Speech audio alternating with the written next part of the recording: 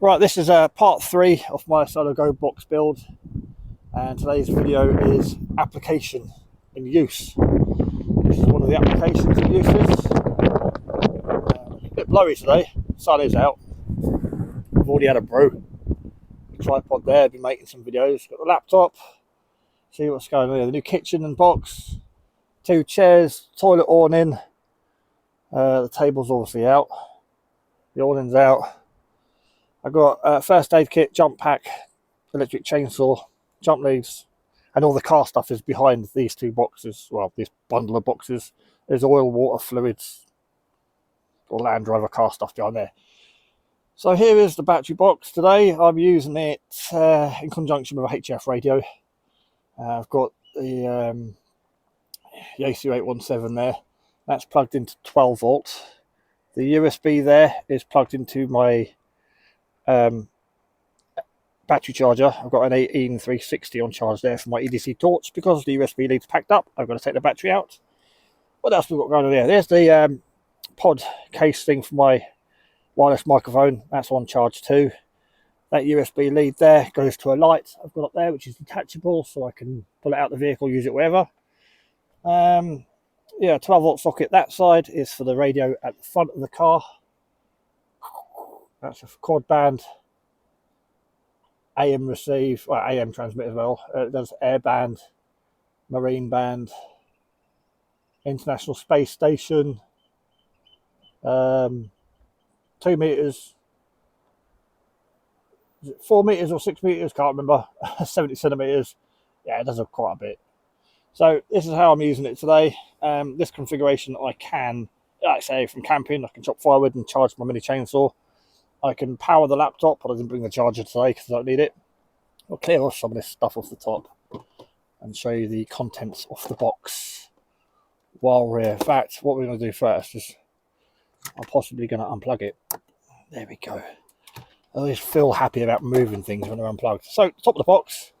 See, this lives in the car full time. I got a USB light, USB battery bank charger thing. One of those. There's the lead to plug in for my solar panel, but I don't need it yet. Some fuses. I'm just going to put a solar panel on the roof, for those that don't know.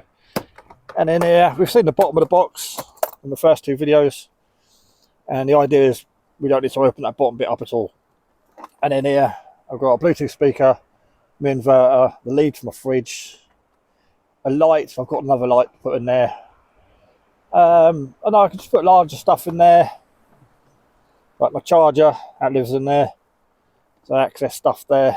And then little fiddly stuff at the top here, especially like fuses or whatever. I'm just going to add to that as I go. Yeah, it's quite manoeuvrable, even with the two T stacks together, the inverter, the 100 amp hour leisure battery or LiFePO 4 battery. The big handle makes it great for carrying around the house, as I've done multiple times. Carrying it to the car was no problem. Lifting it in with one hand was no problem, unlike lead acids I've had in the car in the past. But yeah, really quite happy with that. I mean, I just spoke to a guy on the radio, I don't know where he was. I've got no internet to check. He was definitely not in this country. So this is part 3. So if I was camping, I could run USB extension leads off there. That's like a 4 or 5 meter extension lead, 240 like you'd have in your house, that white thing. I can plug that into the inverter and then run that out into a tent or out into the awning if we're sat out here charging laptops or whatever. It charges while I drive. This is where people hate me temporarily. Little 150 watt inverter there, plugged into 12 volt of the car. So when I'm driving, it puts about 45 watts into the battery. Keeps it topped up. But again, if I am camping for a weekend and the vehicle's not running, I would just plug a solar panel into the socket at the back of the bottom of that box. There's a socket at the back. So that's part 3. People will be wondering why I built it, what my needs are. Everyone's needs are different. But yeah, portable radio, camping, and like I said, power cuts. If a mate around the corner has a power cut, I can drop this off. I could carry it around the corner. You know, I can put it in someone's house. They can run loads of lights with it, charge phones. You know, in a small emergency. You get a good few hours. You get overnight. You get a few nights without running lights and charging the phone. Yeah, as I say, there's a laptop. I've got no internet today, so I'm having to jot down the call signs on a notepad. There's my camping box, brew station that we've covered, and there's the view.